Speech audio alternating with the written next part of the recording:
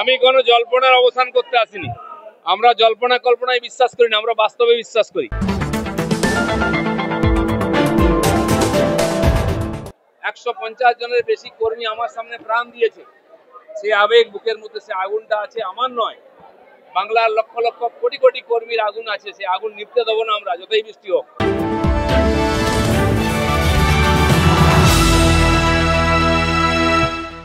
21-এ হয়নি তাতে কি, দিলীপ ঘোষের চোখ এবার 26-এ। রাজ্য বিজেপির নতুন সভাপতির সঙ্গে সৌজন্য সাক্ষাতে এসে দিলীপ ঘোষ যেন ছুড়ে দিলেন স্পষ্ট বার্তা, আমরা জল্পনা কল্পনায় বিশ্বাস করি না, আমরা বাস্তবে বিশ্বাস করি। সরাসরি বললেন 21-এ সরকার সাফ হয়নি ঠিকই, কিন্তু যেটুকু বেঁচে গেছে 26-এ সেটা সাফ হয়ে যাবে। আমি কোনো জল্পনার অবসান করতে আসিনি। আমরা জল্পনা কল্পনায় বিশ্বাস করি না, আমরা বাস্তবে বিশ্বাস করি। আমি স্লোগান দিয়েছিলাম 19 সালে, 19-এ হাফ, 21-এ সাফ। 19-এ আমরা হাফ করেছিলাম, 21-এ সাফ হয়নি, যেটুকু বেঁচে গেছে 26-এ সাফ। 21-এর পর দলের নানান ভাঙন, গোষ্ঠীদ্বন্দ্ব, নেতৃত্বে প্রশ্ন, কিন্তু দিলীপ ঘোষের গলায় ফের ঝাঁজ, এবার যেন নতুন করে গড়ার ডাক। আবেগ তো আছেই, আবেগ দিয়ে আমরা পার্টি দাঁড় করেছি, রক্ত দিয়েছি, ঘাম দিয়েছি।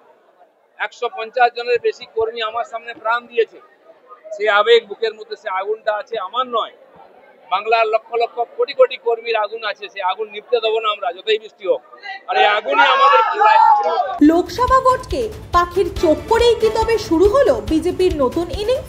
রাজ্য রাজনীতির উষ্ণতা যখন বাড়ছে দিনে দিনে, তখন দিলীপ ঘোষের এই বার্তা কি ফের জাগিয়ে তুলবে বিজেপিকে? 26 কি তবে 21-এর পুনরাবৃত্তি, নাকি বদলের গল্প? দেখুন, বিজেপি নিরন্তর এগোচ্ছে। নির্বাচনে কিছু ভালো, কিছু খারাপ রেজাল্ট হয়েছে। কেন হয়েছে, কি ব্যাপার? আমার ধারণা শ্রমিকদা আমার চেয়ে পুরনো পার্টি, এবং আমার যখন পার্টিতে এন্ট্রি হয়, আমি রাজ্যের সাধারণ সম্পাদক হই, তার আগে উনি রাজ্যের সাধারণ সম্পাদক ছিলেন, এমএলএ ছিলেন।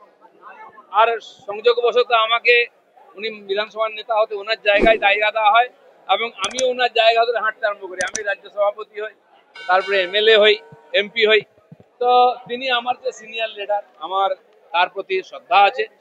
তিনিও বলেছেন সবাইকে নিয়ে কাজ করতে হবে, আপনাকে সময় দিতে হবে। তো এরপরে যেমন যেমন যোজনা তৈরি হবে, পার্টির তরফে আদেশ হবে, আমরা সবাই